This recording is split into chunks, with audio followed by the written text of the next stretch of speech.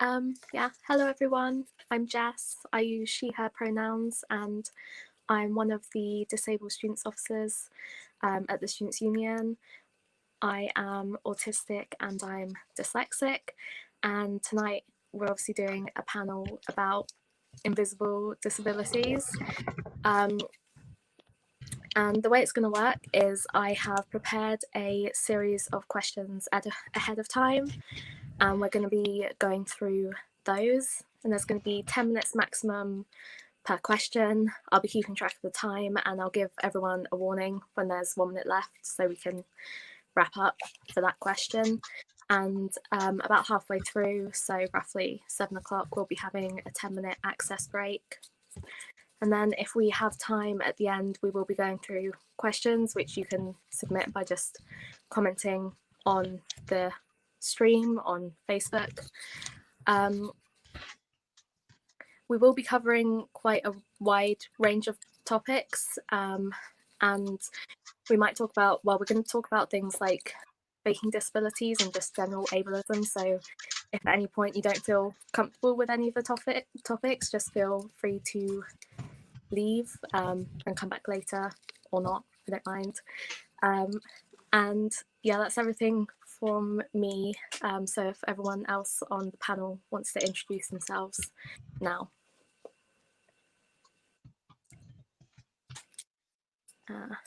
Yeah. Jazz, if you want to go first. Okay, sorry, I wasn't sure if somebody else did. Hi, I'm Jazz. I'm the other disabled students officer with Jess. I use they, she pronouns, and I've got a lot of disabilities, so I always try and to list them off properly. I've got non-epileptic attack disorder, ME, autism, borderline personality disorder, and like relevant PTSD and stuff. And I've forgotten the last one, so I'll have to come back to that later.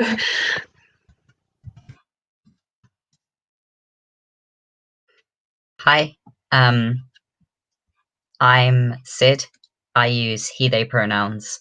I am the chair of the Disabled Student Society, and also the Sign Language Society. I feel like that's relevant. And the Disabled Inclusions Officer for the LGBT Society. I have quite a lot of things, so I'm also going to put them in the chat. But I have fibromyalgia, which is chronic pain, specified learning disorder, which is like dyslexia, autism, borderline personality disorder, again with the relevant PTSD, Tourette's, and eating disorder. I'm CJ. I use he, him pronouns. I'm the Publicity and Communications Officer for Disabled Student Society and Secretary for the DSL Society. I'm autistic and I have tics. Yeah, okay.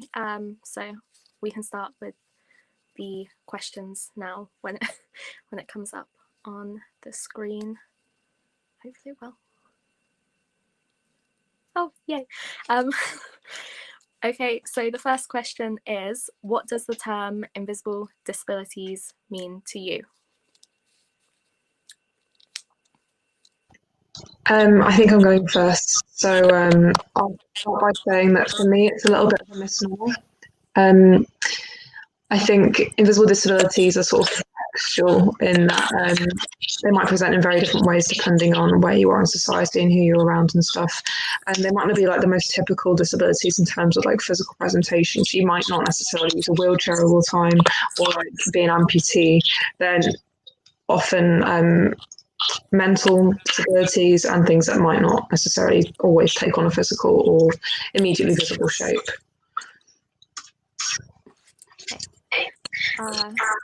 Yeah, no, I completely agree with that, and I think there can be issues with the term invisible disability because sometimes I think people use that word when they're just thinking of someone who's not in a wheelchair. If someone's not in a wheelchair or doesn't use a cane or any of the more stereotypical disabilities, and they're like, oh, they must have an invisible disability, but invisible disabilities can sometimes have physical presentations. You just may not know what it is you're looking for.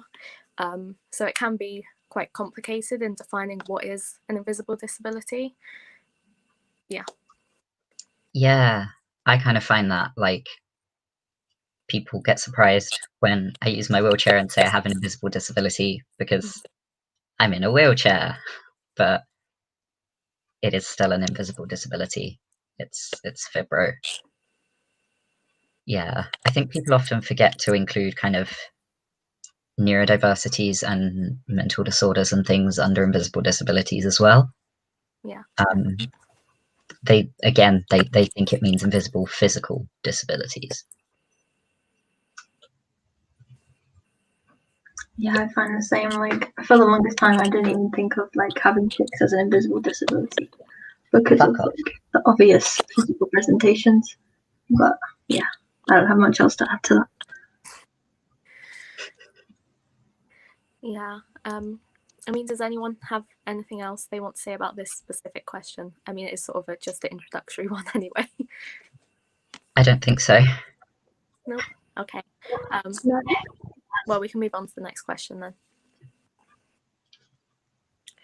Yes, this one is: an issue people with invisible disabilities often face is being accused of faking or exaggerating their symptoms. What issues do you think can result from this?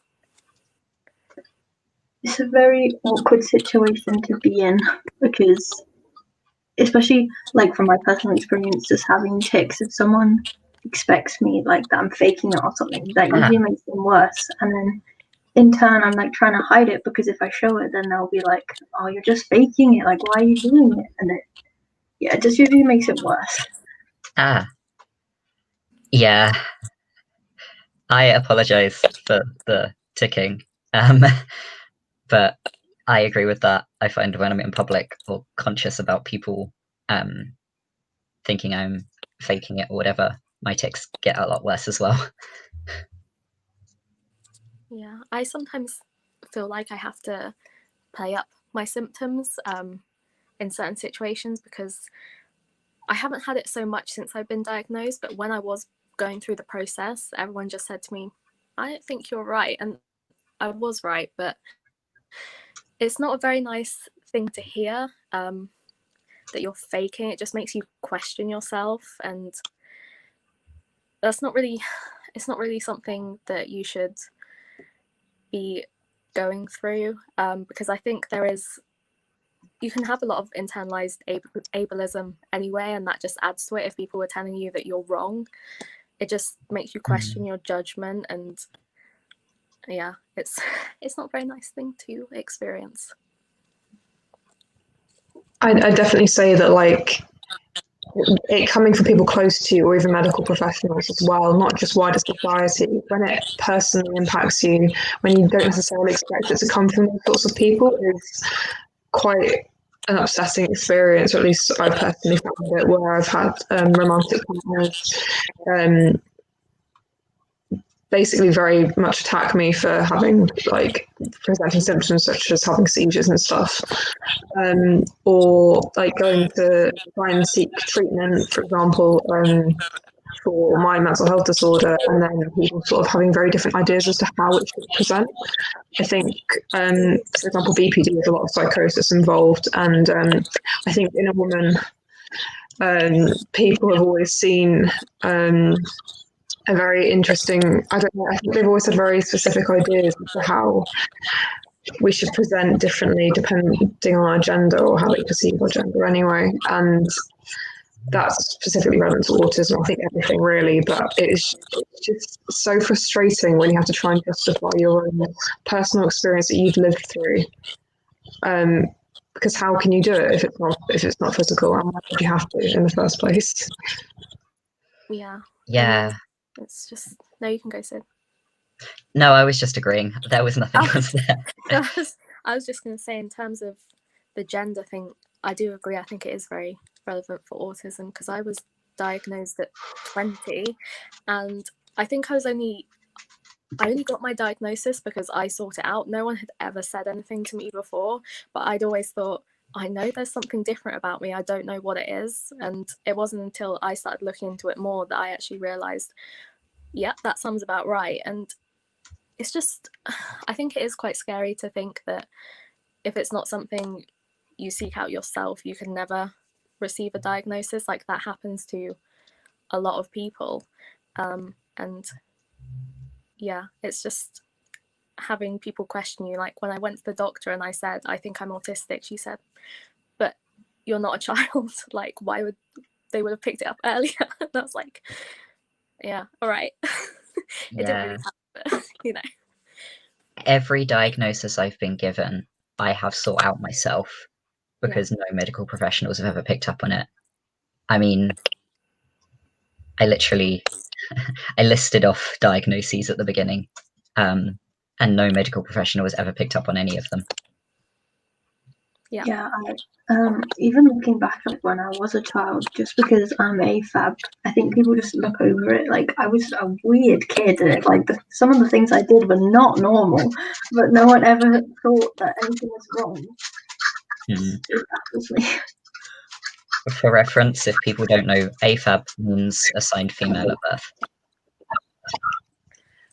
I'd also say, like, people often assume that they prefer their children to be gifted as opposed to autistic. That's something that I definitely went through. And when like medical professionals or teachers sort of approach my parents and are like, "Oh, have you thought about maybe getting driver's tests?" They'd be like, "No, she's gifted. It's fine."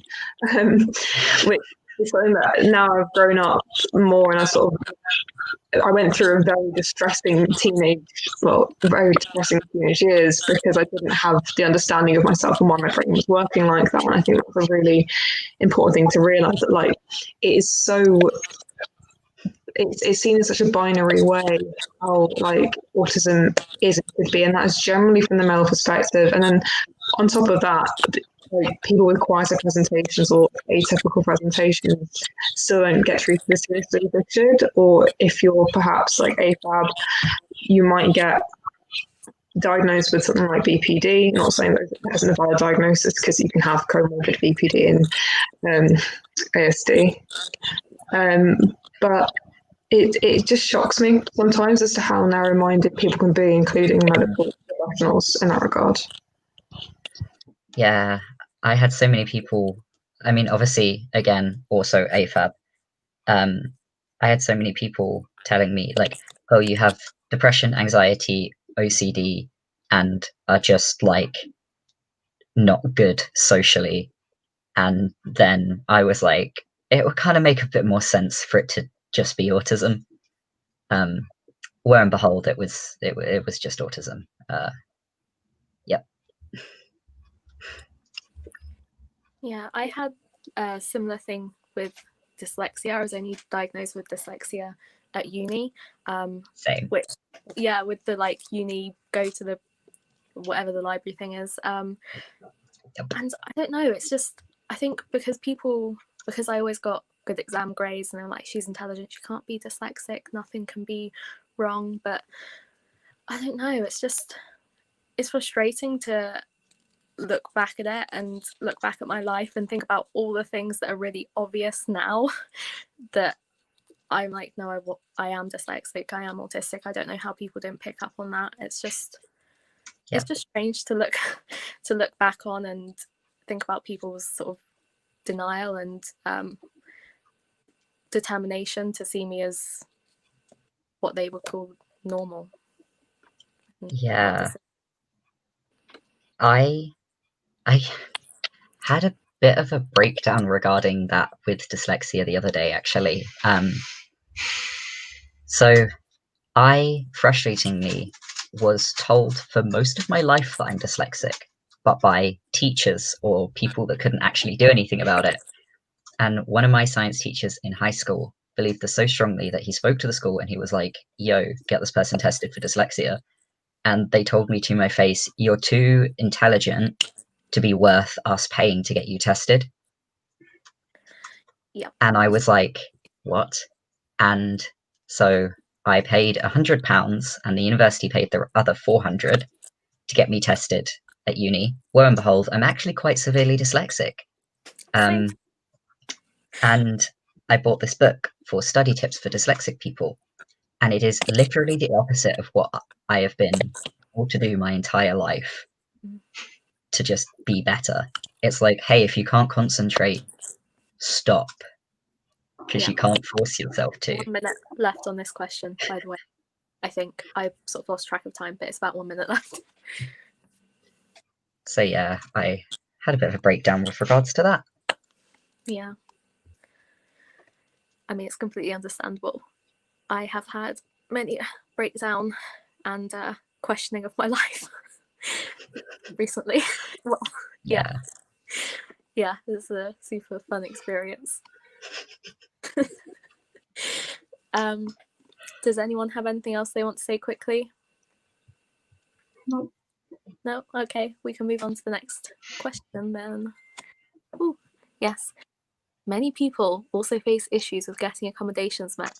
Have you ever had any issues? No, I can't read, evidently. Have you ever had any experience with this?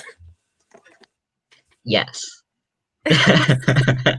I'm not going to recount every time because it would take the entire panel. I'm just looking at everyone's faces and they're sitting there like, yeah. But so much with every single disability or illness I have, like I've had things where the most recent one was literally about 3 days ago. I emailed a company that was advertising to psychology students, and they were like, we're looking for minority students to come and attend this talk we're doing on like minority inclusion in our company. And the talk was supposed to happen today. And I emailed them and I was like, yo, you haven't said whether you're providing any live captions, and your talk is happening on Zoom, which doesn't have automatic captioning. I'm disabled and need captions. And they were like, sorry, we can't provide them. And I was just like, why? You can pay for live captioning. You're a big company and you're advertising at minorities. But I've also had things like at work, I don't know, people saying, oh, you're being really rude when you ask your colleagues to do things. And I'm like, sorry, I'm autistic. Like, I genuinely don't know. When I ask for something, I just say, oh, can you do this? Like, I don't know how to ask for something otherwise. And they've just ignored the fact that that's a very valid reason. Yeah. And at university, I've had issues as well.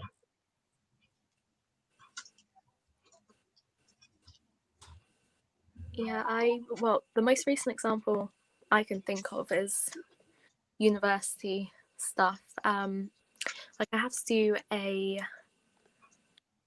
assessment, which I've already done, and right at the start of the semester, the person who is in charge of our course told us that we don't get our DAS extensions automatically applied, which I was like, why? And she said, well, because we're telling you plenty of time in advance when the deadlines are, so there shouldn't be an issue. And I'm like, no, you're missing the point. Like, it did get sorted out eventually, but I was just I don't know, it just made me sort of laugh in disbelief. Like, you completely missed the point of the DAS extensions there. Like, I've only ever had to use them once, but when I need them, they're invaluable. And that time when I did use the DAS extension, I emailed the person just out of politeness saying, I'm going to use my extension because they were one that were marking it, and they were like, they just sort of made it seem like it was their decision for me to use it, which I didn't really understand. They said, oh no, that's okay if you use it, I give you permission. I was like, I wasn't asking for your permission, I was going to do it anyway. So yeah, I haven't had too many experiences, but the ones I've had have just been, I don't know, just weird. Yeah. I definitely agree in that education has been one of the biggest issues I've faced recently. I think the idea that disabled people should have to push and justify for their accommodations in the first place is just absolutely abhorrent, to be honest, because if we're already dealing with so much, what people the impression that we have the capacity to actually spend all of our time doing this and chasing up people meeting the bare minimum requirements. So that's one thing I want to get off my chest, and I feel significant time for saying that now. But I think people seem to not understand the reasons why accommodations seem necessary, and they kind of want us to sort of explain exactly how indebted we'd be to them if this was to be provided, as opposed to just, missing the law and equality legislation and stuff like that. I've had a lot of issues this semester with just trying to secure lecture recordings for myself, something that still hasn't really been resolved. Which means that when I was ill for the last month, I wasn't able to access almost any of my recordings. I wasn't able to get notes because I didn't have note takers put in for a good amount of time. So I missed a good few teaching, and I felt very alienated having to repeatedly sort of demand. I did demand that I have access to the course as much as my abled cohort had. And it's just a very alienating and humiliating experience, making you feel like your right to access things just isn't a right, it's a privilege or at the discretion of whoever is implementing it, which again is just plain wrong. Yeah. I have had so many issues with uni with regards to these things. I have a current ongoing one with a lecturer who provided some content warnings, but not for some very serious topics such as assault and things. And the Disabled Student Society sent an email kind of asking them to provide content warnings for these things, because they were in quite a lot of detail, and there was a few people on the course who were quite deeply disturbed by it because they've lived through those experiences. And the society got an email back basically being accused of trying to censor the lecturer and calling us, well, implying that we are rude for not addressing them by doctor last name, just for putting hello. And it kind of it definitely frustrated me, because it was like, I shouldn't have to be the epitome of polite and formally correct for you to take me going, hey, here's an accessibility need, seriously? It shouldn't even be something I have to request of you, let alone sit here and be like, yes, hello, Dr. Philip. I picked a random name for reference.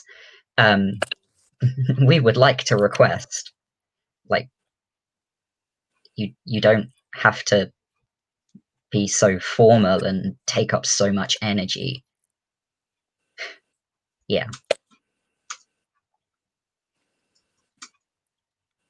No, I just thought of something else as well, which was, I think it was in my second year, maybe, and in one of my anatomy modules, we'd have like exams every couple of weeks where we'd have to go round and answer questions looking at specimens, and we were given extra time for it, but we had to ask for the extra time, like we had to make ourselves known. And it's just, I find it strange that, I mean, they have access to that information, they could have just looked. I don't think it should be be up to me to say, please can I have help? It's, I don't know. And I mean, I think things would be a lot easier if people just read the DAS plans in the first place, and actually thought about accommodations, what people could need, whether they have a DAS plan or not. Yeah. Yep. Everything, all of my disabilities are down on my DAS plan, and I still have people turning around and going, oh, well, I didn't know you were disabled, or I didn't know you had X thing. And I'm like, I shouldn't have to send a full rundown of every accommodation I have every time I have a new lecturer. I have 3 lecturers for each module, and I have about 6 modules. So that's like, you know, a lot of people and a lot of emails. It's attached to your student profile for a reason. 1 minute. And I think very quickly, just extending that beyond the student circle, like I'm starting to see a lot in job applications. It's been ridiculous. Like I'm applying, for example, I don't know if anyone else will name places, because it seems like it would be, I won't, but to like, for example, council teams and stuff, where I've had to send 5 or 6 emails justifying why I need adjustments to things, which I think is unbelievable. Or like public transport, trying to access bookings and having to ring up a phone line just to be able to book train tickets for your wheelchair. What? How is that still a thing in this day and age? So much needs to change. Yeah. Does anyone else have anything they want to say on this question? Oh, well, time's up anyway, so you can't. Sorry. Yeah. Okay. What effects do you think having an invisible disability has on relationships? And this covers any sort of relationship. I think one of the biggest issues I have is knowing when to tell people. Like I'm really bad at telling people things about myself, and I'm just so awkward at bringing it up. Like because like I got diagnosed later, I had to go around and tell everyone I knew, and I'm pretty sure there's people I've missed off who just don't know, but I can't remember who I've told. I just find I don't know how to bring it up in conversations, like to tell people this, because I'm just worried it's going to affect the relationship, which then makes me think, would I want to be associated with them anyway? But I don't know, I think it's a scary thing to do, to make yourself vulnerable to someone, and tell them something about yourself like that, because there is still a lot of prejudice, and ableism isn't something you really want to experience from people who are meant to be close to you, but you do. And yeah, if you have people who are meant to be your friends or your family telling you things, like making you question your judgment about yourself, it's just not a very pleasant experience. The people around you should be there to support you, and yeah, it's not fun if they are not. Especially if you're good at masking symptoms, because I do it subconsciously all the time, like, and then just having to tell someone, oh, I've actually got this, and they're like, what? No, I never see anything like that. And also just, I'm not very good at making friends or making conversation and stuff, so I don't have many friends because I'm bad at making them, but I can't express that to them because they can't see it, like, they can't see that I have autism unless I tell them, but just telling them is the first hurdle, and then it's just so awkward and it's difficult. Yeah. I don't know, I have a weird relationship with it because I'm very open about my disabilities and I'm very open about most things, but I still have a fear around it. And I remember distinctly one of my partners, for reference, I'm polyamorous, is physically abled. And when we first got together, I stopped using my walking stick for a couple of months because I was like, oh, they didn't fall in love with a disabled person. Like, I don't know, they didn't really, what if they don't really see me as disabled, blah, blah, blah. And because it's an invisible disability, like, it just led to that whole train of thought. For reference, I was being an idiot and they are perfectly fine with it, but yeah, it made that really tough.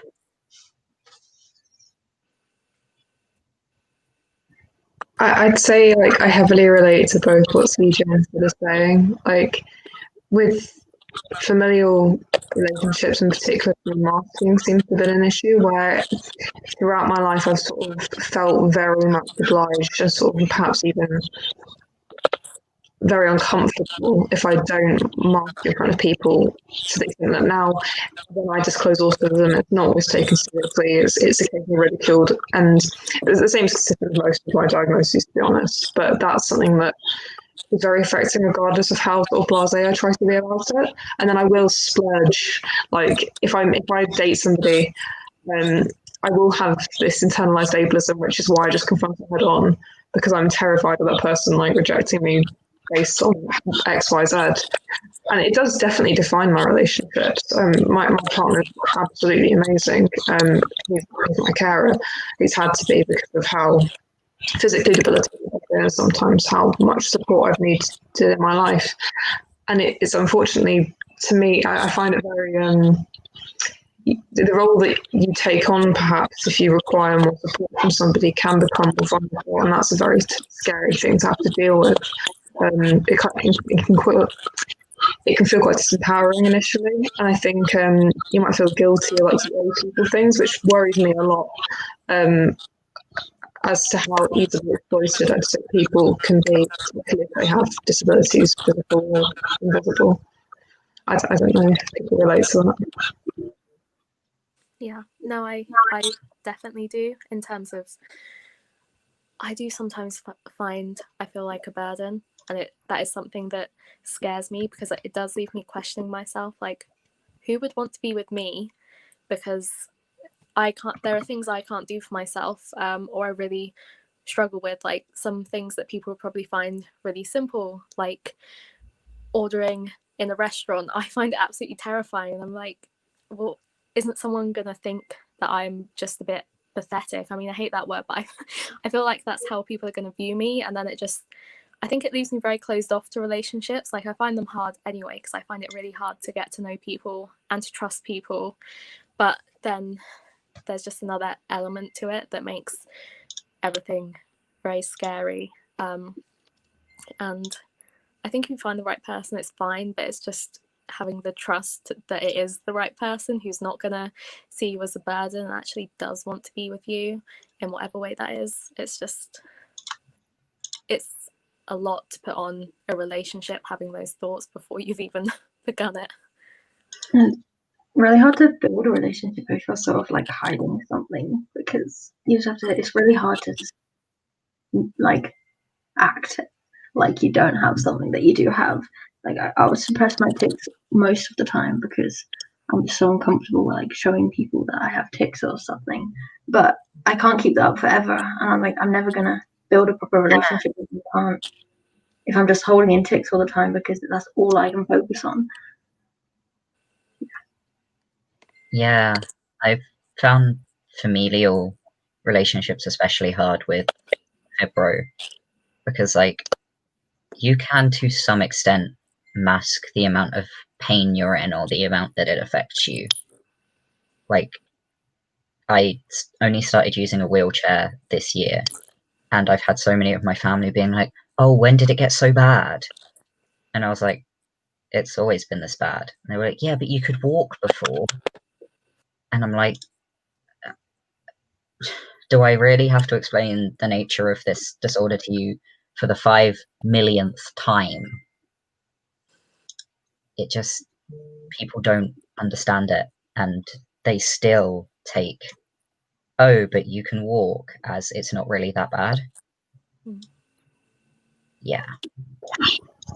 I definitely say that, like, when invisible things become physically manifested, that is a very complex thing to navigate with certain people if they don't have as much experience with disability.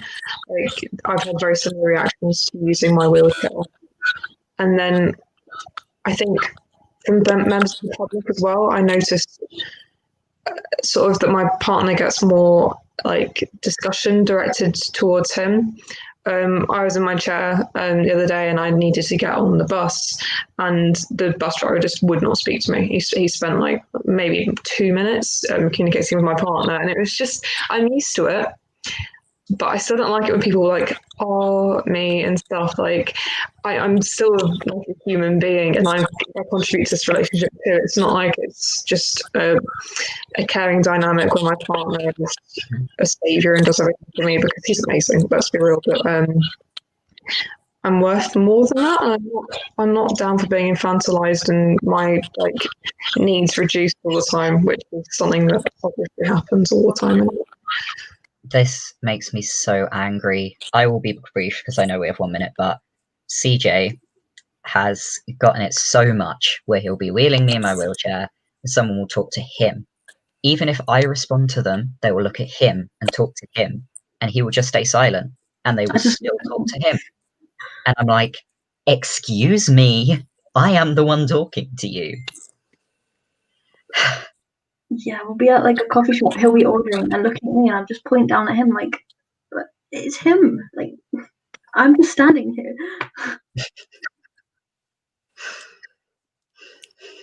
It annoys me so much. Does anyone have any final points they want to make? No? Okay, we can do the next question then. Ooh, what's this one? Sunflower lanyards are a marker of having an invisible disability and are becoming increasingly well known. What benefit do you think they provide? I'd say there's obviously been a lot of contention in the media surrounding sunflower lanyards recently, which is a shame. But I think the fact that they are at the forefront of people's minds is fantastic, and it's enabling people to actually consider themselves as disabled and to seek the access that they might need more regularly in public places. I know that there's something that I wasn't aware of until possibly last year, and prior to that, the amount of times I've speeches in public and people's responses have not been desirable in any way. Or even asking for a seat, like things like that, have become. I wouldn't say the reception has changed so much, but at least people can immediately recognise that. Not that I don't normally wear a "please offer me a seat" badge, but in some places those aren't very well regarded. So I think definitely becoming more of a universal disability symbol that isn't something that is linked with hate groups is really nice actually to see. Yeah, as you can see, I use them. But it's definitely been nice, especially, I don't know, just seeing staff members in shops and stuff wear them. Like, I know someone at least understands what it means and that I might need help. And I have had people come up to me when I'm not in my wheelchair and go, "Oh, do you need any help at all?" And obviously I can't confirm or deny whether it's because I'm wearing the lanyard. You'd have to ask them, but I've had the suspicion that it is because I'm wearing it. Because it can be on a day where I look otherwise completely abled. So it's definitely a good thing, even if not as many people as should be are aware of it. But yeah. Yeah, it's nice to have something there that you don't like. You have less of a chance of having to explain. Like if I'm having a day where I just cannot process anything, and they're like trying to talk to me, I'm just like I have no idea what you're saying. At least there's something there that kind of gives them a hint that it's not just me. I don't know, that there is something there. That's why it's happening. Yeah, I got a sunflower lanyard only a couple of weeks ago. I've been meaning to get one for ages. I just kept on forgetting because I like to do that. And I have noticed some things, like when I was at the checkout, it seemed like people were giving me more time to actually pack and checking I was okay. And I wore my lanyard when I had my COVID test at uni, and I think the person, they seemed really considerate. I don't know if it was them, they just kept on checking if I was all right, if I needed anything. And it's just, I find it a reassuring thing in case I freak out, because I occasionally have panic attacks or have meltdowns or whatever. And it's just, it makes me feel a bit safer, like that I hopefully won't have to explain myself, explain what's going on. Hopefully someone will be able to recognize that there is something going on. Yeah, it makes me feel reassured. I did have, when I told people that I got the lanyard, I had 2 comments, one from my housemate and one from my sister saying, are you not going to wear a mask? Which obviously I think at the minute has become synonymous with not wearing a mask, which is a good thing, because there are obviously people who can't wear masks and it's an easy way to show it, and hopefully people pay attention to it. But I do wear a mask, and I think sometimes it's seen as an excuse not to wear a mask if you're wearing a lanyard, and there seems to be like some people now can't understand that there are other reasons why you might still want to wear one, might still need to wear one. So yeah. Yeah, you can get the printout that says like I'm exempt from wearing a mask, but I had to change it because I felt so awkward wearing that and then wearing a mask, because I can wear a mask. It's just sometimes it gets too much and I'll have to take it off. So I changed it as like sometimes I may have to take it off, blah blah blah blah blah. But yeah, I agree with what you said about that. Yeah, like I'm the same. I can't wear a mask for long periods of time because autism and sensory difficulties. But I can wear them for short periods of time, like under an hour. And I'm the same. Like, I felt weird having the thing that says I'm exempt from wearing a mask and then wearing a mask. Yeah, it's kind of frustrating that people just associate it with masks, because it again highlights how you're not becoming more aware of invisible disabilities, you're becoming more aware of people not wearing masks. And it's like, if you're going to be aware about something, then actually teach yourself about it. Don't just tell the people in your shop, oh, if someone has this on, then they're exempt from wearing a mask. Tell them it means we have an invisible disability. I definitely think that obviously it's very hard to tackle, and I can in no way invalidate anybody who uses the lanyard in order to not wear a mask, because that's a very important aspect of the lanyard itself. But I think going into, for example, I went into London Euston Station a few months ago, and every single employee there was wearing a sunflower lanyard and no mask, almost every single employee. And I knew disproportionately that the likelihood of those people all being disabled, to the extent that they did not need to wear a mask, was effectively impossible. And it made me very upset, because I see that as something that disabled people have worked and fought for a very long time, to have this sort of recognition. And people do, hopefully a select few people do seem to see it as an easy way of avoiding what they perceive to be an inconvenience. But the reality of the situation is, I think most people with invisible disabilities are quite determined to wear a mask where they can. I've been consistently wearing one, aside from when I have panic attacks at the moment, and I think that goes with most people. We're not like deliberately trying to flout the rules, and that's something that is definitely being misconstrued a lot of the time. People are unnecessarily contributing to that narrative. But I'd like to see the symbolism change away from the sort of flouting idea that seems to be coming up in a lot of places that I go to, and back to the idea that it is not synonymous with mask exemption, it is synonymous with having a hidden disability. I think that would also maybe at least stop some people from appropriating it, because as much as this shouldn't, people see it as a mask exemption lanyard, and that sits easier with them than, oh, I'm pretending to have an invisible disability. Like, if you could be pretending to not have to wear a mask, that isn't quite as ableist in their minds as I'm pretending to be disabled. And yeah, it wouldn't solve it, but yeah. I also think those groups would be less willing to be perceived as disabled.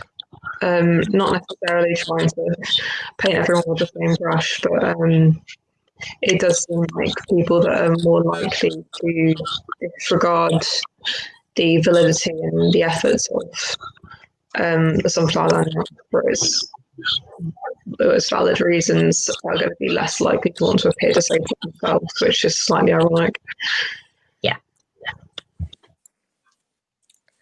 Yeah. No, I've definitely seen things on Twitter of people people saying like, if you get a sunflower lanyard, then you don't have to wear a mask, and it's so frustrating because, I mean, people question all the time if people with invisible disabilities are actually disabled, and then you have people who aren't disabled wearing the mask wearing the lanyard just to get out of wearing a mask. It makes things so much worse for us. And like you mentioned, Jazz, about wearing a mask, like sort of forcing yourself to wear a mask, that's definitely something I do. Like, I haven't gone anywhere without wearing a mask, even though I do have, there's 1 minute left. Even though I do have sensory difficulties. Like, once I was wearing a mask, which I made myself, and it had a piece of loose thread on the inside, and I was getting so frustrated at it because I could feel it on my face. I ended up just getting really angry and having to leave because I just didn't want to take the mask off and be like, I'm autistic, sometimes I have sensory difficulties. I would rather just leave and not have to have a conversation with someone about it. Yeah, people viewing it and people appropriating it has literally put me in situations where people have been saying, oh, well, no one should use them and you just shouldn't go outside. I've had CJ and I had an argument with someone online about that, because people appropriate them, and it makes me really angry because I'm like, you appropriating this is literally leading to me having to justify why I leave the house. It's not okay. Oh, yes. Sorry, time's up for this question. We can do the next one, which will be the final question before we have an access break. Okay, so this one is, how has having an invisible disability shaped your educational experience? Well, it's completely screwed it in a lot of cases. Well, no, that's misleading. Having an invisible disability has not ruined my educational experiences. It is people refusing to accommodate that disability that has, because I've had situations where that disability or whatever has been sufficiently accommodated and I've been fine, but other situations where people have just gone, nah, you don't really need those accommodations, and suddenly everything is awful. The stuff I said about dyslexia, the book I got, all of those resources, if someone had given me that and given me those tips as a kid, I could have done so much better than I did. I mean, I already did relatively well in school, but it takes so much more effort, and I made myself ill doing it. And that is bad. And then, obviously, so many issues with uni at the moment and disabilities. Like, I don't know, things with having dyslexia combined with autism, which means processing is bad, means that I need captions, and things not having captions are a real struggle for me. And even the accommodations put in place, like I am currently using the captioning software that I've been given, and it doesn't actually create fluid sentences. Yeah, it doesn't make much sense. So the disability not being accommodated sufficiently is really affecting that. Yeah. Yeah. I think one of the things that's worrying me at the minute is I literally just sent off an application for a postgrad course that I want to do. And it's called Physicians Associate Studies, and it's obviously a healthcare thing. And in the form, it said, do you have any disabilities? And you could only select either one or multiple impairments. So I had to select multiple impairments, and it did leave me questioning, should I just put dyslexia, because there's a massive prejudice around autistic people working in healthcare, and I am honestly so scared that I'm going to get rejected just from that. Like, obviously they wouldn't admit it, but they could just look at that and be like, why do you think that you can do that? Because yeah, it's just, it does scare me, and it's a shame that it does, because that's something I want to do, and I'm currently working as a carer. I was doing it this morning. Like I can do it, but it's just scary that I have to prove that I can do it, when everybody else wouldn't. They would just have the normal application process, like, are you good enough to do it? But I have to prove that I'm sort of not disabled enough, like not too disabled to do it, which is just a fun situation to be in. I had a comment in my assessment for BPD recently, and so for reference, when I was diagnosed very, very recently, and so I was the chair of the Disabled Society when I was diagnosed, and they made a comment and went, "Oh, well, we'll remove your diagnoses of depression and anxiety because we'll just put it down to BPD," which I actually agreed with. But the next comment was, and all of the stuff you're doing, like in education, like the fact that you're at university, you couldn't do that with anxiety anyway, so you must not have it. And I was like, hang on. Yes, you can. And that was a psychologist. So people definitely just take the fact that you're in education as meaning you're not really that disabled.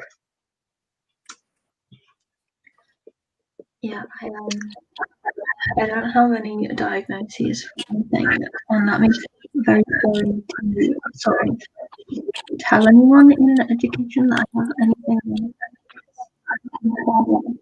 You can't, yeah, I don't have to explain it or anything like it. But I do mental health nursing, and I go into placement, and no one there knows that I'm autistic. No one there knows I have to. So it's just sitting there like, I know that you know that something is not right, but I can't tell you what it is. And I'm just always thinking, like, do you just think I'm bad next? I feel I'm not good at socializing. Like, yeah, that was very badly explained. It was fine. I think mine has also really impacted me. Like I got a lot of positive accommodations when I was in college and throughout my GCSE. So I was lucky that at least I had some things flagged up. I didn't have the full spectrum of disability diagnoses that I do now. I'm quite proud of it, to be honest, like a trophy cabinet. But I think getting to university and taking a degree that required or offered a year abroad was something that I never anticipated being impacted by my disability. I wasn't actually able to go. The uni's insurance wasn't particularly happy about the idea of somebody as ill as me going abroad, which was a shame because I lost out so much of my of my degree. My language ability in undergrad was significantly impacted. I skipped a year, so I completed my degree early because I couldn't go abroad like the rest of my cohort. I had so many lecturers, mainly 2 or 3 really, who I really struggled with because they just didn't seem to understand how their explanations weren't accessible, how the teaching method could have been improved. And I didn't really get the support that I needed for a lot of things that I didn't realise initially impacted me because that awareness was never there in the first place. Like my concentration has gotten worse and worse with every few days that pass, and so is my memory to the extent I can't really remember something that I learned a week ago, which is very difficult. And I think if provisions and accessible teaching and learning methods are sort of promoted across the university, at least significantly easier and more accessible for people like me. It'd be a wonderful utopian universe. Yeah, being in education when you're disabled is hard. Even if you think someone isn't that disabled or just has insert disability here, it's still so much more difficult than people realize. And I guess just in general, having an invisible disability hasn't shaped my educational experiences. People not accommodating it has. And I don't know, that was a point I really wanted to make with this question. Yes. No, I definitely agree with that, because like I mentioned, I didn't get either of my diagnoses until I was at uni, and it's going through school and knowing that there's something different but not knowing what it is, and just not having the accommodations in school meant I do still have to work so hard just to understand things. I think when I had my dyslexia, 1 minute left, dyslexia assessment, the person said I only take in about a third of the information, which obviously means Same. yeah, which means I have to spend a long time going over things. But it's just like the only time someone mentioned to me that I might be dyslexic in school was when I was doing A-level psychology, and it was a few months before my actual A-levels, and then my teacher was great, and she said, I think you might be dyslexic. I'm gonna send you to the Senko and see what they say. And the Senko did like a mini test on me, and they said, yeah, we think you probably are dyslexic, but it's too late to assess you, so you'll have to wait till you go to uni. If you get in, I was like, oh, thanks, great. So yeah, that was a very frustrating experience. Does anybody else have anything they want to say on this question? No? Okay, well, we will have a 10-minute access break. So we'll be back at 7:10. And if you have any questions that you want to ask, then just put them in the comments and we will answer them the best we can, because we've been going through this more quickly than I thought, because we've actually been sticking to the 10 minutes. So yeah, if you have any questions, feel free to ask.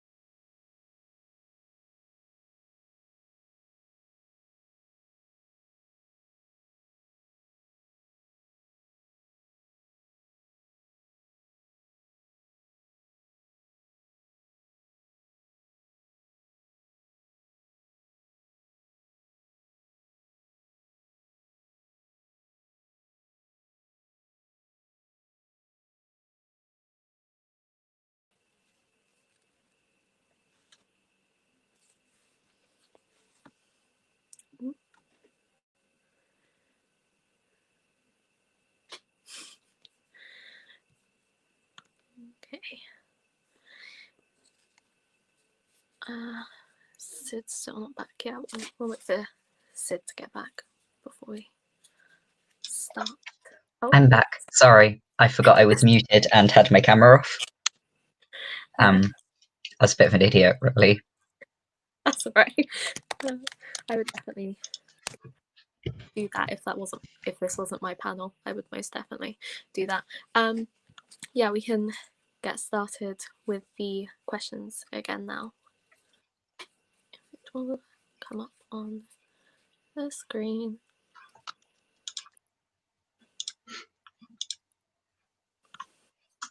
Oh, yay. Yes.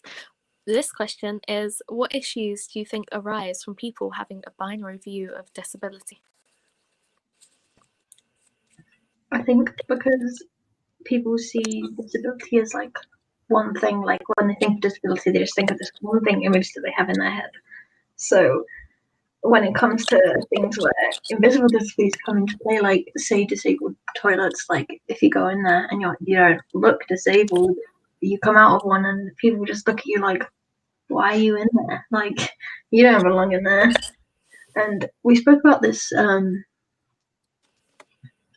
think it was last week or the week before on a panel that we did with the Disabled Students Society, where this is just me personally. I kind of feel like I don't belong in disabled spaces sometimes, just because people there, like I have this like what's the word? Like thought in my head that everyone there just thinks of disability as this one thing, and I'm not welcome in that one thing because I don't fit that one thing. If that makes sense.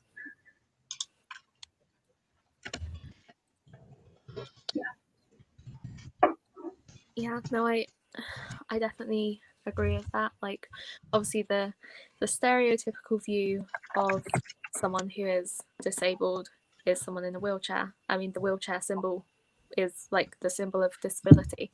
And I mean, I think also, obviously, if you're in a wheelchair, then people tend to think that you have absolutely no use of your legs whatsoever and you use it all the time. But people do have a very rigid idea of what they think disability is. Like I've had people say to me that because I'm autistic, I'm not disabled, or I am less disabled than someone who has a physical disability because I can generally hide the fact that I'm disabled. I can mask, and just people presume I'm not disabled because I don't fit the stereotypical view of what someone who is disabled is. I mean, even as an autistic person, like, because I have friends and I can make eye contact if I want to, and I can pass as neurotypical, people just think that I am not autistic, but it's just that I can hide I can hide it, I can mask it, which sometimes I do consciously, sometimes it's subconscious, because sometimes I want to hide it because I want to appear not autistic, because I think someone will judge me or I don't feel safe. And it's just, I don't think people realize how negatively just viewing disability in one way can affect people. I definitely agree. Like it's not just my experience of autism where I've had that. I'd say I once went through a spooning group and I was directed to by a friend, and I went in and I realised my internalised sort of ableism was really smacking me in the face because I was the only person bar one there that wasn't using a wheelchair. Because at that point, my chronic pain really wasn't a concern for me as much as it is now. And I felt like being mentally ill and just neurodiverse wasn't enough to classify me in the sort of binary view of disability, but it's in no way binary. Like the things that the spectrum that encompasses disability is so diverse. And I think people always assume that we're perhaps incapable, that we're annoying, I think is a big one, that we're scroungers. that we can't have sex lives, things like that are just very aggressive viewpoints that seem to be just constantly permeating through the media and like perpetuated in different types of discourses, particularly by people that shouldn't be doing it. People have platforms that just don't speak out in the way that they should, or speak out harmfully. And it's because people just do not understand that we are just as valid as anybody else. The label disabled has such a stigma to it, even though it's obviously the most like I embrace the label fully, but there is so much stigma by labels onto people just because they're slightly different or have different access needs or different experiences of life than what they perceive and what they expect. I don't understand it.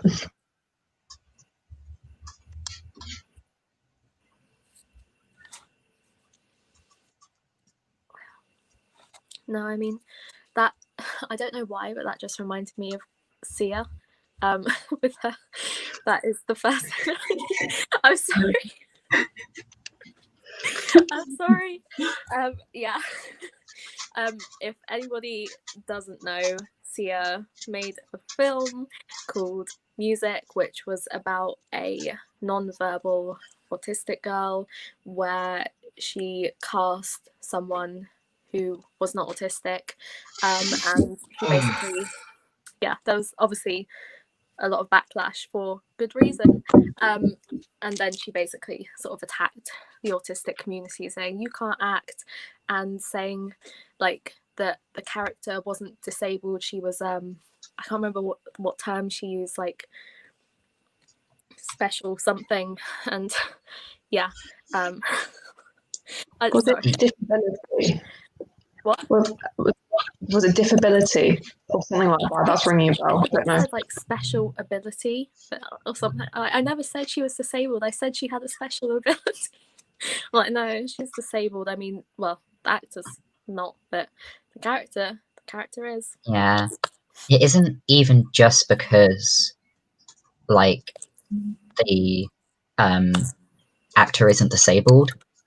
Like, obviously that is not great and it really bugs me, but the entire portrayal of it, I mean, I've only seen the trailer, and the entire portrayal of it was enough to make me just want to slam my head into a desk. It's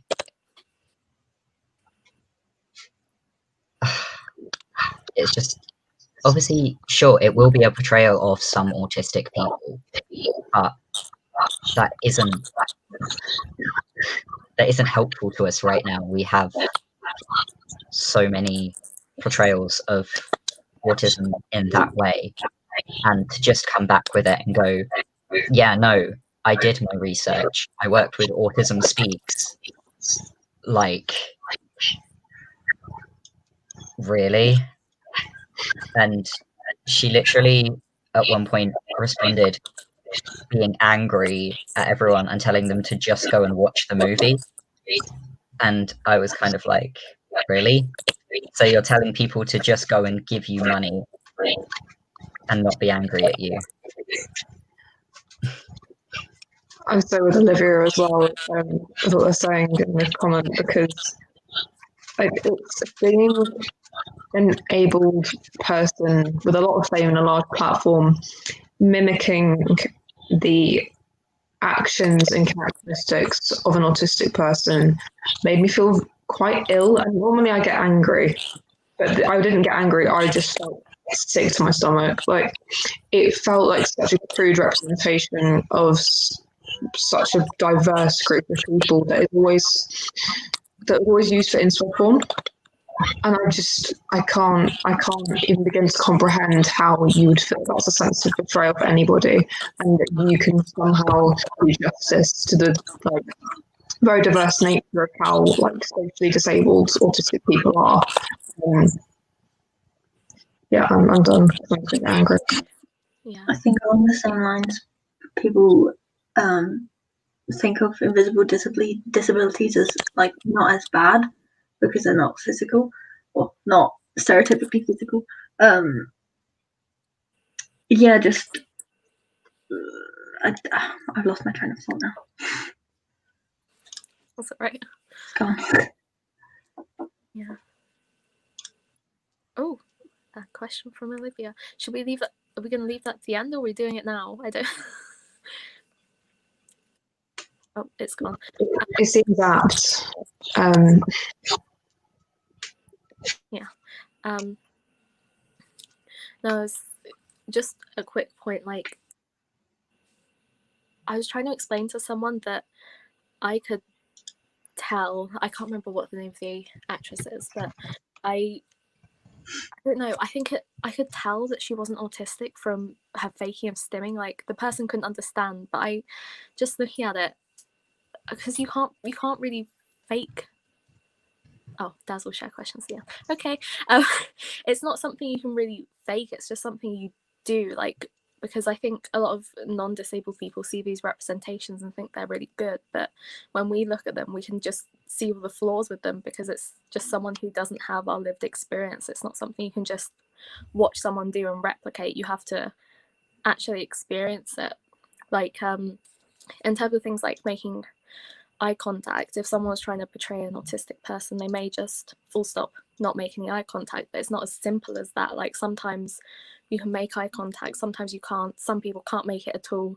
Some people can make eye contact all the time, and some people can look like they're making eye contact when they're not. It's just, it's so diverse even within one condition, that it's just yeah, that you just shouldn't have non-disabled actors playing disabled people, because it's just not an accurate representation. Oh, we should probably move on to the next question. I just realized the time. Yeah.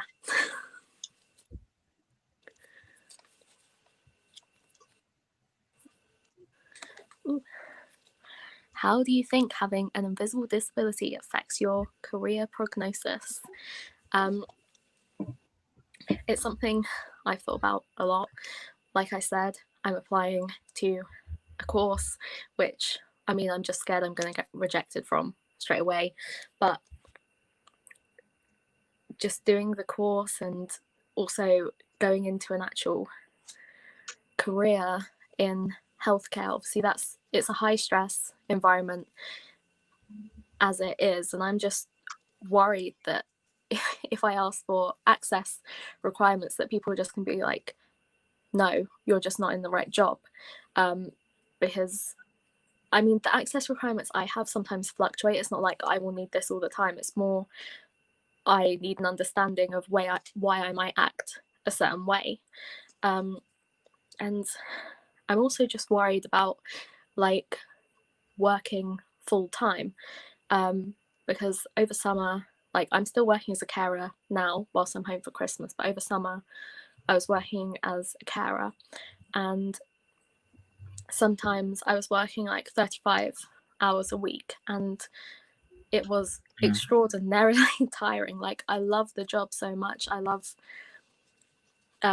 like helping people. I love working as a carer. I really enjoy it, which, I mean, I'm sure some people would be kind of shocked by as an autistic person that I like having a job where I can interact with people, but I do. And I'm just, it just worries me that I am not going to be able to work full time, because there are times where things get really bad, and I'm just worried that if I ask for a day off or a week off, or if I even ask to work part-time, they're just going to say no, because there is a thing in healthcare where you need a valid excuse not to work full-time, and I'm just worried that I would not be a valid excuse. That's just worrying me. Yeah, your experiences really resonate with me, because I'm obviously mental health nursing, so also going into healthcare, and I feel like most of the same things that you're feeling. Like, if I express to someone, like, I'm at placement right now, and I do the same, like 30, 40 hours a week, and it's so draining. And I'm just worried that if I ever express that to someone, they'll just be like, well, why are you in this job then?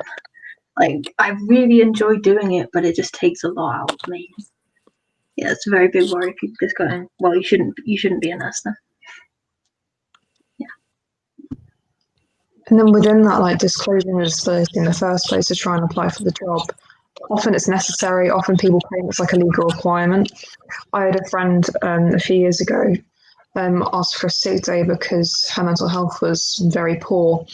And her employer said that she could be done for fraud for not declaring disability, which I later learned was obviously illegal. But at the time, she then had to work throughout being severely ill, and it made her leave the job eventually. I think for my personal career progression, declaring and not declaring is something that I try and minimize the way I assert my needs, which is quite difficult when I have so many and they're so varying. So I'll pick the diagnosis that I've been diagnosed with that sort of encompasses them, but sounds less scary. But then some things are just completely unavoidable. For example, I have seizures caused by sound most of the time because of my non-epileptic attack disorder. And that makes it very, very difficult for me to think of any workplace where I could work. For example, I could never work in a supermarket or retail anymore, which has been a real pain actually, trying to get part-time income.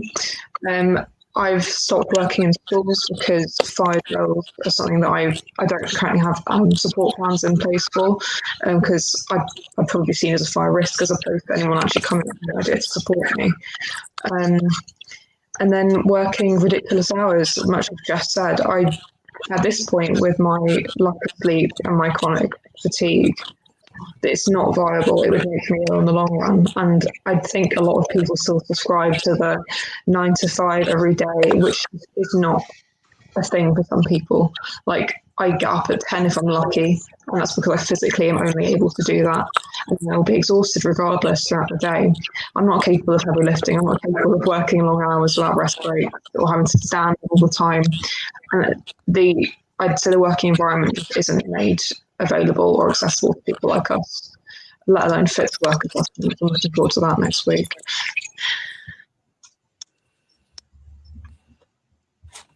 Yeah, I get it with mental health problems as well. Just as I'm doing mental health nursing to specify,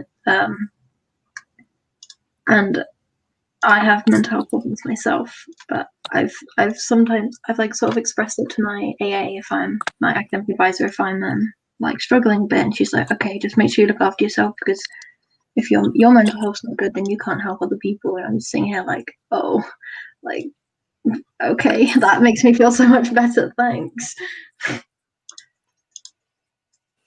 Yeah, I mean, over summer when I was working really long hours, sometimes I'll be working from 8 in the morning till 9 at night, because the type of caring I do is I go into people's homes and look after them, and sometimes it'll be an hour too long, an hour to 2 hours visit, and then I might have to go straight away to another person, or I might have a half an hour gap, which meant I was working really long days, and even though I did have those gaps, I couldn't really rest in them. And there was 1 month where we are meant to at my company get every other weekend off regardless, but because when I first started working I was still at uni, I was originally only working weekends and the occasional morning, which I was fine with because I was only doing about 12 hours a week, so I could do it alongside uni.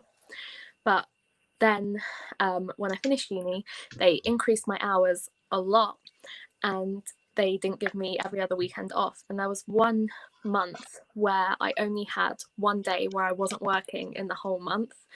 And it doesn't give you a chance to have a break. I'm still working for them now, and I have said to them I do not want to work any more than 10 hours a week, because I do still have uni work to do, but also I just want a break. And I need a break. And when I was so busy over summer, I had a day where I was feeling really, really down and also really anxious, and I just rang up and I said I had a headache, which I didn't. I just didn't want to tell them that I was just feeling really down, because I thought there's still so much stigma with taking days off for mental health reasons that I was like, no, it's more valid if I say I have a headache. But yeah, it's just, there's so many times where I probably could have done with a break where I just haven't had one because I feel too scared to ask for one, because I think I'm not going to be taken seriously, or people are going to judge me or think I'm not good enough at my job. Like they've said to me, that I am really good at my job. But I feel like if I take days off for feeling bad, then it's gonna make them question that. And yeah, it's a fun experience. Yeah, I recently secured a work placement, which was going to lead to a job afterwards, only to have my application withdrawn because I didn't complete the training in time, despite them knowing that I'm disabled. And that's really kind of screwed me up for a bit, because it was working for a company that works with other disabled people as well. So I was like, you knew I was disabled, you knew the disabilities I had, and you work with disabled people, and I was still too disabled to work with you. And I don't know, it really kind of made me quite upset, because they had accepted my application, I'd gotten through the interview, I just needed to do the online training before they sent me the contract. And because I took too long doing that because of dyslexia and BPD, my application was withdrawn and I'm no longer allowed to have a placement with them. Does anyone have anything else they want to say? No? Okay, we can move on to the next question then. This one is, what do you wish able people knew about having an invisible disability?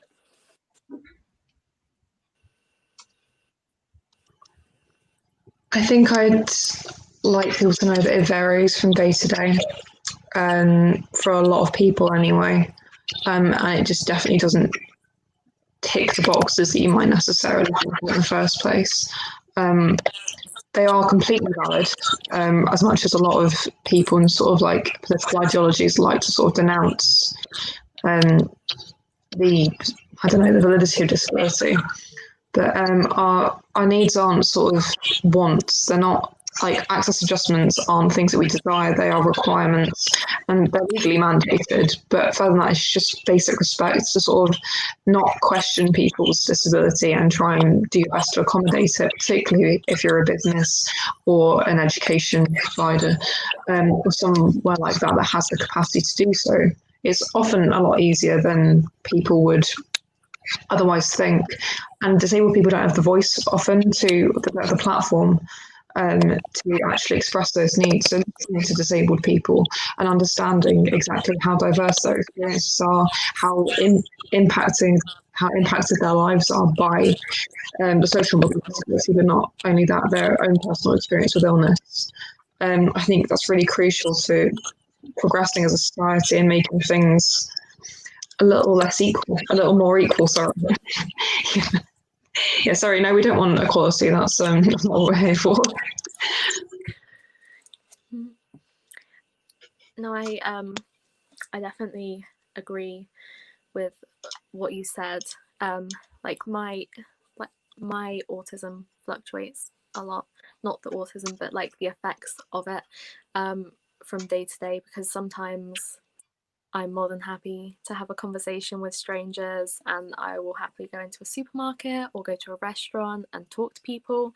And then other times I will not talk to anyone, I will refuse to go out. And yeah, I think people just see it one way, that you have to be the same all the time. It just reminds me of functioning labels. I hate functioning labels in autism. Like, because obviously I get called high functioning. I'm like, well, it's not as simple as that. It varies from day to day what I can and can't do. And with people in general, so just because someone's non-verbal, it doesn't mean they're low functioning, which is what some people seem to think it is. But that's just sort of saying that there's only one valid way to communicate, which there isn't. And just because someone's non-verbal, they may be really good at something else which I would not be good at. But yeah, it's just that disabilities vary a lot, even within individual disabilities, and for that person, like you said, they vary from day to day a lot of the time. Yeah, and like it varies between like one person, how they present each day might vary, but also between people. Like there's a big thing of just people just have one idea of what one disability is, and if you don't fit that, then you don't have that disability. Like the effects that, like how a disability affects one person can differ massively. Yeah.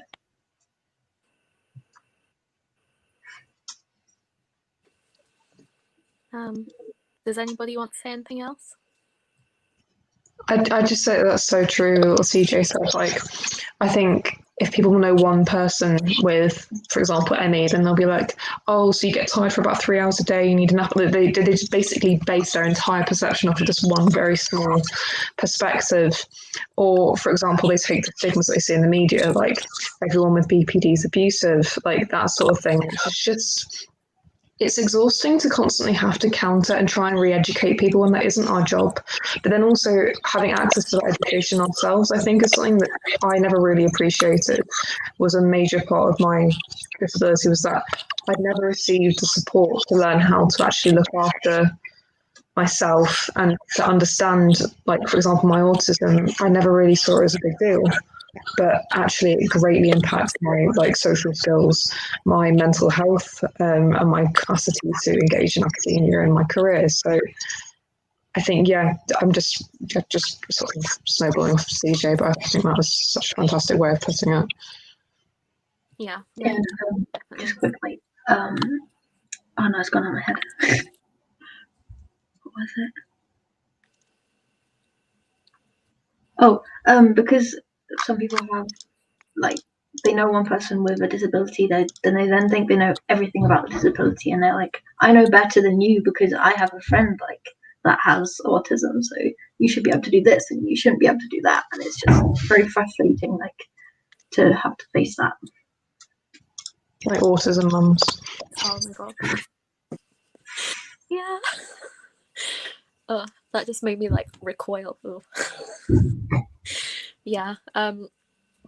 It's just, if anybody doesn't know what autism mums are, it's parents of autistic children who are not autistic themselves, and they tend to speak over people, particularly autistic adults, when they say, like, hey, this might be bad for your kid, and they're like, no, I know best because I have a child with autism, therefore I know more than you, person with autism, which doesn't make any sense at all, but they like to be all high and mighty. So yeah.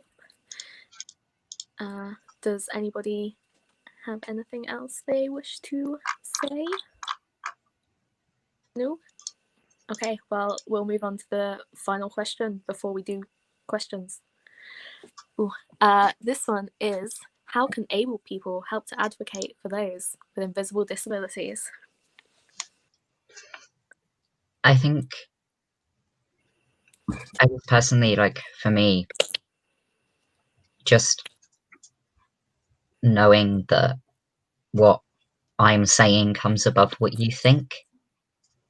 Kind of like you were saying with the autism mums and other things, like, just because you think it or you heard it or whatever, that doesn't make you more knowledgeable about me than I am. And also using that to help me without me having to ask you to. Like, don't only expect places to have captions on live sessions when I'm there. Like, if you're part of a group and that group isn't putting captions on their live sessions, say to them, say, oh, hey, this is excluding XYZ from actually participating in our things. If you notice a shop being just completely wheelchair inaccessible, even if I'm not there in my wheelchair struggling to move, point it out, because you have the ability to do that, and it's far less anxiety and energy for you to do it than it is for me. When I'm already in that shop on my own and I'm stuck, that is so embarrassing and so energy draining, and that can completely take out a whole day. So your activism and you trying to help us shouldn't stop when we're not in the room. Yeah, no, that's a really good point. And I think generally just educating yourself about disability, and especially if you know someone and you are close with someone who's disabled, like try and find out more about their condition. But again, don't presume that because you've read that on the internet that's true for them. Actually ask them and try and figure out what they need from you, because it's just going to be so much better than you presuming what they do need, or taking over and telling them that is what they need. Yeah, I can definitely help in situations where you're struggling as well, because if you're with someone and you just sort of have assumed that that's what's going to help them, and you try and help them with that, and then that just might make it worse. But if you actually sit down and get to know that person and how their disability affects that person, then you can really effectively help them rather than just assuming. I definitely say that people don't seem to treat disability activism in the same way that they do other minority groups, despite disabled people being the world's largest majority. They seem to be left behind in every single liberation movement there is, like from pride marches being inaccessible to blatantly ableist, gay groups and stuff. Like you have so many things like that I just think it's so disappointing to see when the GMCPP has a fantastic selection of archives as to how we've, as disabled people, have protested anti-apartheid and stuff. We've been very fundamental to a lot of liberation movements, but we don't seem to get the same respect off of them. And I'm not in any way trying to minimize the struggles of other minority groups, because they're all completely valid here. But I do think that people don't treat their activism in the same way, where you'd research books and support stores by POC authors, and you try and work within the Black community. You do exactly the same thing for disabled people. That is the support that we need. We need our voices to be elevated. We need individuals to be supported, and we need our position in society and to be fought for as much as other minority groups are. And I think that's something that is so understated when it comes to disability, personally. Yeah, I agree. No, I definitely agree. It reminds me of one of the books that I read for Disability History Month, which was Being Human by Judith Heumann, and it was about, she's a disability rights activist in America, and it was about her life and her work. And she was talking about how she had to fight for disability to be recognized, to be able to for people to recognize that disabled people can be discriminated against, because that was after the civil rights movement, and she experienced a whole bunch of things, and she said, this is discrimination. They said, legally it's not, because at that point it wasn't. And she was also talking about how when it was officially classified as discrimination, they did a thing where businesses have to be accessible, which, I mean, there's still a whole issue with it now. Loads of people were saying, we can't do that because it will cost too much to put a ramp in or whatever. And she said it's the only civil rights movement where cost has been implicated. Like other ones, they don't tend to mention cost, but as soon as you mention disability, they say it's going to cost too much to do it, therefore we won't do it, which is just a bit ridiculous, frankly. Yeah, it seems like it's just too much effort.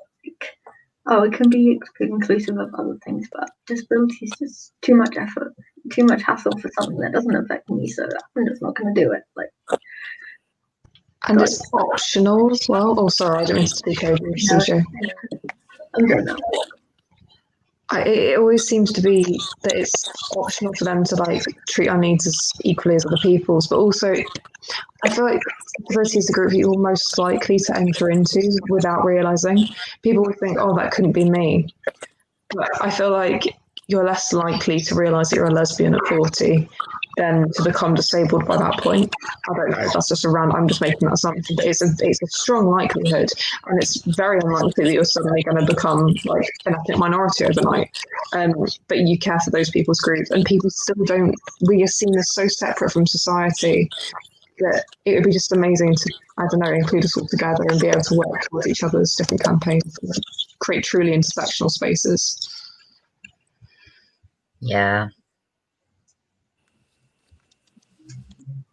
I think sometimes a lot of people forget the intersectionality between all the different groups and how it can affect people as well. And obviously, if you just focus on one or two liberation groups and leave one out, then you're leaving out a whole section of someone's identity, and that can affect them in a unique way. And yeah. Yeah, completely. Does anyone else have anything they want to say on this question? Nope. Okay, we can move to the actual comment questions now. Oh, Jesus. Sorry. Oh, thanks, Olivia. Okay, this question says, see all the other questions I read before, now I actually have to read without knowing what's going to... women tend to receive their autism diagnosis at a later stage, and there are sometimes misdiagnosed due to certain preconceptions, i.e. shyness is conceived as more acceptable behaviour in women, and women compared to men are better at masking. What do you think can be done to improve this? Yes, thank you for the question, Olivia. I definitely agree with, I mean, we've already mentioned it about gender disparities in diagnosis, and people do tend to ignore that there are different presentations. Like, if you look at the stereotypical view of autism, it is like a white cis man. You just have to look at all the movies and TV shows like Rain Man, Atypical, Good Doctor. It's just, I don't think that helps people's perception of it if the media are just portraying autistic people as all one way and all presenting in a very similar way. And the only example I can think of someone who's not white is the Power Rangers guy who was autistic. Can't remember his name. But I think there definitely needs to be better education for people in healthcare right at the start to show that there are differences in presentation and try and break down those barriers earlier on, and also just in wider society as well. Because obviously if you teach people from the start that presentations are varied, then it won't be as much an issue if they go on to have to diagnose you or attempt to diagnose you. This is going slightly off topic. It's not to do with like AFAB people and diagnosis, but it where I was working, there was a guy who had a diagnosis of autism, but one of the managers was like, I don't think he has autism. He doesn't look like he has autism. And I was just standing there like, but how do you know? Like, you have this tiniest bit of knowledge of autism, and just because he doesn't fit the stereotypical presentation of autism that you know, doesn't mean that he's not autistic. It's just very frustrating. I'd say that this is where we really need feminism to work with us. I'm going off of sort of what CJ said, in that I want to extend it like beyond. Obviously, autism is central to the question, but I'd say to so many other diagnoses where, like, for example, chronic pain is more likely to be taken seriously in men. Like, they're more likely to receive painkillers quicker in like emergency departments and stuff, men are more likely to be diagnosed with antisocial personality disorder as opposed to borderline personality disorder, because women and AFAB people have historically been perceived as more hysterical. And I think if we were to remove those gendered binaries from our perception of healthcare alongside, for example, fatphobic ones, and just these complete misconceptions that people present in exactly the same way, then things would be so much easier and people would be more educated as to how to seek support for themselves, but also how to not just completely paint everybody with the same brush and dismiss people's individualized experiences of each of their conditions. It makes no sense to me.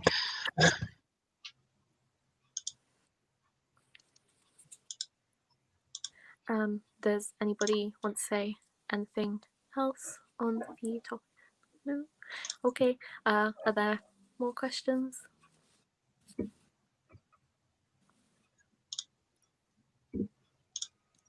Ooh. Oh, and hi, Olivia.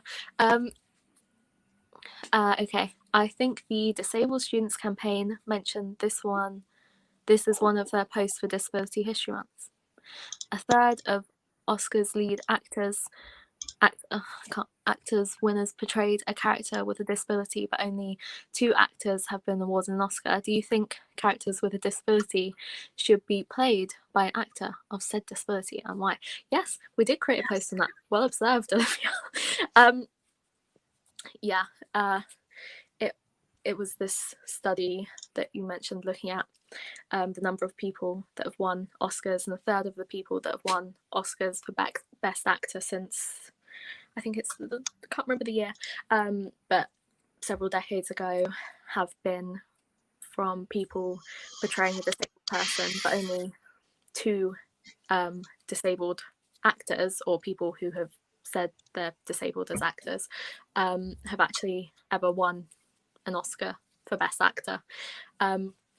So yeah, that's a fun statistic. But yes, I do think that actors who are portraying disabled people should be disabled, and they should have the same disability that they're portraying, because just because someone's disabled doesn't mean they understand everyone else's disability. Like, I couldn't portray someone who was blind because I'm not blind, so I don't understand the experience. It would be very strange for me to portray that. And also, if you go back to the whole SIA thing, with having a non-disabled actor portray an autistic person, specifically it was a non-verbal autistic person, and obviously their experiences, someone who's non-verbal the vast majority of the time, or all of the time, will have different experiences to someone who tends to communicate verbally. So they should have used a non-verbal autistic actor as well, because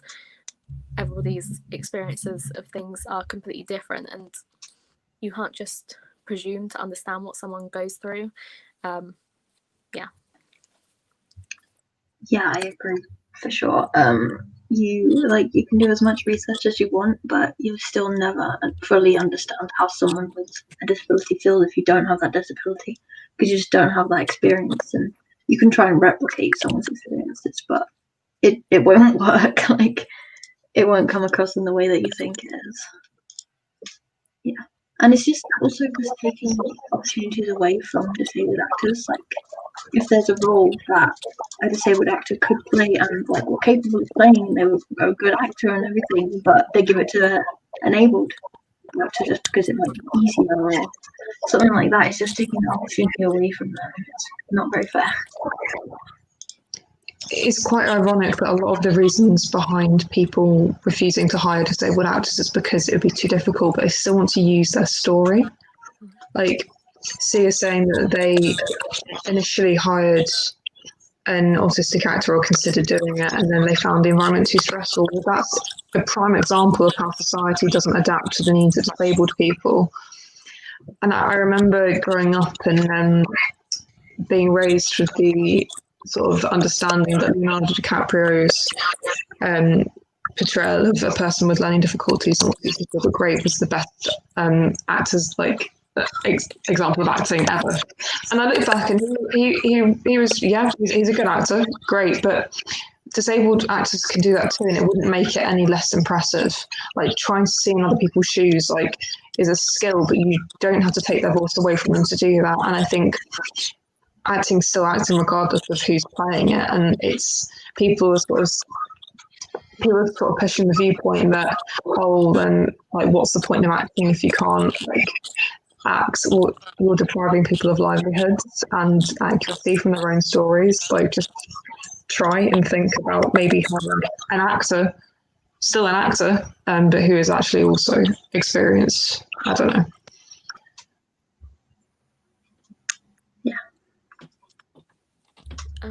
Does anybody else have anything they wish to say on this topic? No? Are there any more questions? Oh, okay. Thank you for sharing your stories. You're welcome. It's been it's been very eye-opening. Jazz's point on activism is poignant. Hard word. Where can someone start when seeking to understand the vital but unseen role that disabled people have played in activism? I think you mentioned some resources, but I may have misheard. I've forgotten the question. I mean, I can get started. It was about how we can sort of learn to understand the history of activism, if I understood correctly. And I went to the Greater Manchester Coalition of Disabled People about a year ago, and I'd never heard of them before. But they are an absolutely fantastic group, predominantly comprised of volunteers, who have archives and resources for disabled people across the UK. Like, the members are across the UK, but it's situated in Hume. And there's also DPAC, Disabled People Against Cuts, which I'd really recommend getting involved with. And they also do a lot about disability history. I'm not sure if anyone else knows of any other ones, but those are my favourites. I can't think of anything like specific organisations. I think something I tend to like is just following disabled people on Twitter and Instagram and TikTok. That's one of the most helpful things, because you can learn from people who have that disability directly, and it's so helpful. Like, I have learned so much about disabilities that I knew nothing about, or even about things that I do have, like how different people experience them. And getting it straight from the horse's mouth, as people would say, is one of the most helpful things you can do, I think. I'm going to go back to that. I've just remembered a couple more that I really like. In terms of Facebook, I'm on this amazing group called The Ableds At It Again, which is a group that has disabled people and non-disabled people in it as well, who all share their experiences of ableism and sort of ask for advice from a community, which is something that I've also found on Twitter with the hashtag NE_is_void, NE is void. And I really, really like those, because it's, like I said, like finding real life disabled people and just listening to them speak and learning about their experiences has been invaluable to my very small understanding of disability. It's enabled it to, by no means there yet. Yeah, I just have a small shameless plug that a few of our socials, we're happy for able people to come along to it if we specify that it's for disabled people. Obviously, then please don't come along, because it's not the space. But we're happy for able people to come along just to get some more experience and learn about our experiences and things like that. Yep, absolutely. I will also say that as part of Disability History Month, we're doing a post a day on our Instagram and Facebook, which is at UOM_disabled, which is an informative post a day. So you can have a look at those if you want. I mean, there's not that many days left of Disability History Month, but you are more than welcome to go and have a look at them. And I'm going to try and continue doing educational posts more regularly afterwards. Not every day, because that's too much work, but on a regular basis. Anybody else? Oh, another question from Olivia. Do you think autism speaks as ableist? Yes. Yes. Yes.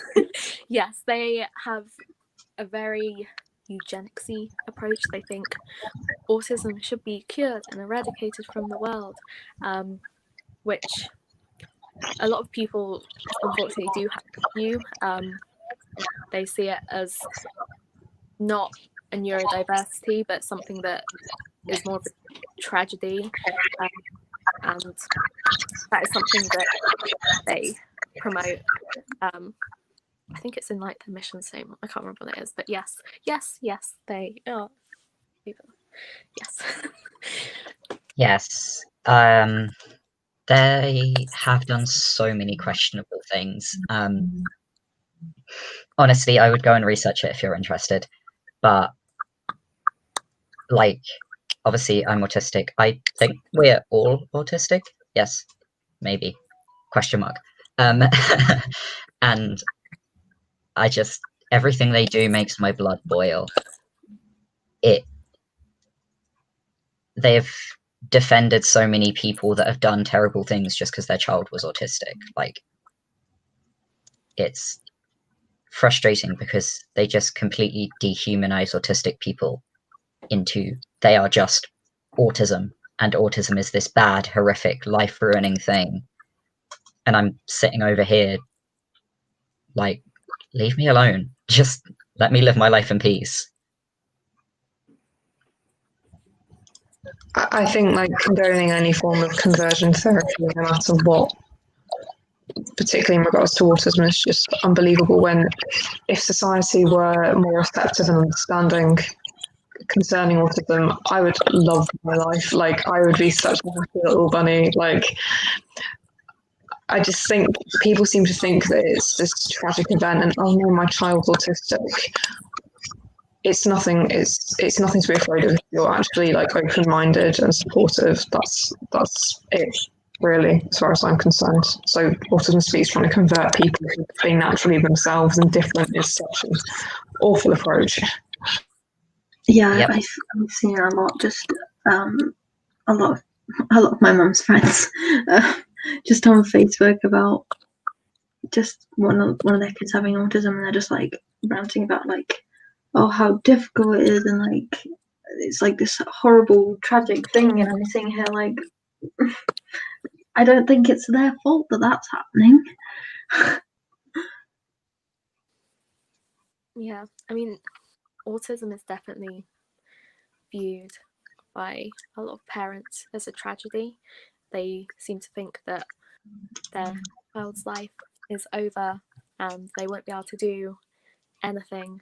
And it's just very hard to hear as an autistic adult, like people viewing their children that way and knowing they're going to grow up with that view that their parents are going to view them like that. I can't imagine how traumatizing that is going to be. Yeah, just growing up and your parents are like acting like it's some horrible thing, and you're just sitting here like, well, I'm okay. Like, I struggle with some things, but I'm okay. It's like it's not the end of the world. Yeah. Yeah, I mean, I think it is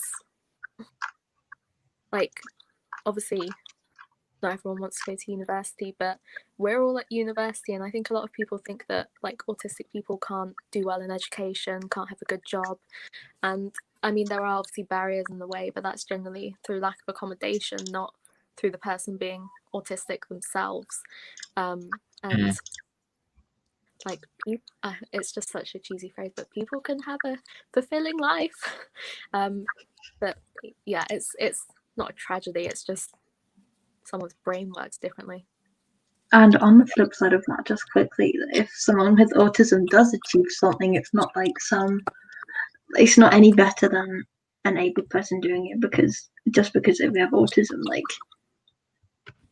I'm explaining this very badly, but I think you understand what I'm trying to say. Yeah, it just goes back to the whole inspiration porn thing for disability. Yeah. Yeah, well, I can give myself kudos for getting through people's barriers, but you shouldn't be seeing it as an inspiration for doing it. You should be apologising. Yeah. Anybody else want to say anything? No. No, I Okay. don't think so. I think that is all of the questions. So I hope that you have enjoyed this panel and have learnt something. And like I said, if you want to learn more, then you can. We the society and the campaign all have social media pages, so that could be a useful resource for you to look at. Yeah. It's been interesting discussion. Yeah. Oh, that's... yeah, and I just want to say thank you to Daz for actually running StreamYard, because I can't imagine it was very fun. But yes, thank you, Daz, and thank you to everyone who has been watching. Yeah. Thanks for running it, Jess. You've done a very good job. Thank you. Yes, no, I think we are done now. I'm going to head off. I don't know how to leave, so. What's his title?